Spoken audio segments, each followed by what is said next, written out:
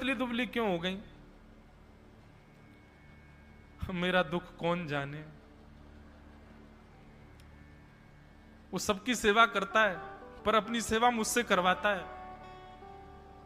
अरे छोटा सा तो है, ऐसे मटक मटक के जाता है, हम तो उसको देखने के लिए खड़े रहते बाहर। कैसे बढ़िया लगता है। कई लोग तो देखने ही आते हैं उसको कि कैसे सब्जी परोस रहा है, कैसे पूड़ी परोस रहा है, कितना सुंदर लगता है। छोटा सा तो है, उसकी क्या सेवा करनी पड़ती है। अरे बहन तुम क्या जानो, 2, 4, 5, 10 किलो आटे की कब कब में रोटियां पूड़ियां खा जाता है चपेट करके। कोई पता नहीं चलती, पेट है, कुआ है, समुद्र क्या है, पता नहीं चलता है।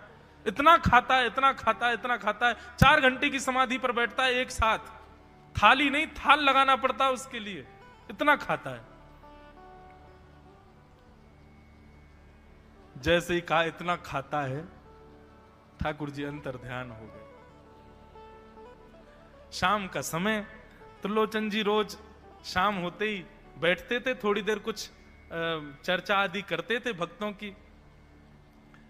त्रिलोचन जी ने बुलाया, अंतर्यामी, ओ बेटा अंतर्यामी कहां हो, जल्दी आओ, चलो शाम हो गई है, थोड़ी देर बैठे कुछ सत्संग करें, कीर्तन करें। अंतर्यामी नहीं आए। पूरे घर में खोज लिया, ठाकुर जी नहीं मिले। रसोई घर में खोज लिया, ठाकुर जी नहीं मिले। पड़ोसियों से पूछ लिया, नहीं मिले। सब्जी मंडी देख आए, ठाकुर जी नहीं मिले। पूरा पंढरपुर देख लिया, लेकिन ठाकुर जी नहीं मिले। त्रिलोचन जी बड़े उदास हो गए। पत्नी से कहने लगे, पता नहीं कहां चला गया, कहां गया होगा, पता नहीं। देवी तुमने उससे ये तो नहीं कह दिया था कि इतना क्यों खाते? बोले नहीं नहीं, मैं तो कान पकड़ती हूं, मैं कभी नहीं कहती उससे। बोले किसी और से तो नहीं कहा था ना तुमने, क्योंकि उसने वचन दिया था ऐसा कहोगे तो मैं चला जाऊंगा।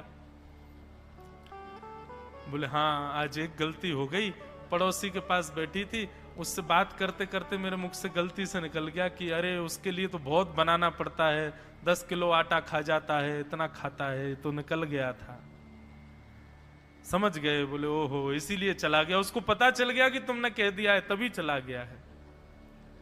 त्रिलोचन जी और उनकी पत्नी दोनों श्री पंडरीनाथ भगवान मंदिर के दहली पर जाकर के बैठ गए। जाकर के ठाकुर जी के आगे हाथ फैला करके कहने लगे, बोले नाथ, हे पंडरीनाथ, आपने हमको संतान नहीं दी, पुत्र नहीं दिया, पुत्री नहीं दी जीवन में, हमने कभी उसकी अपेक्षा नहीं की, हमने कभी आपसे शिकायत नहीं की कि हमको संतान क्यों नहीं दी है। पर नाथ, एक सेवक हमारे जीवन में आया, और जब से वो सेवक आया हमारे यहाँ संतों की सेवा होने लगी, हमारे यहाँ कीर्तन होने लगा, हमारे यहाँ सत्संग होने लगा, हमारे यहाँ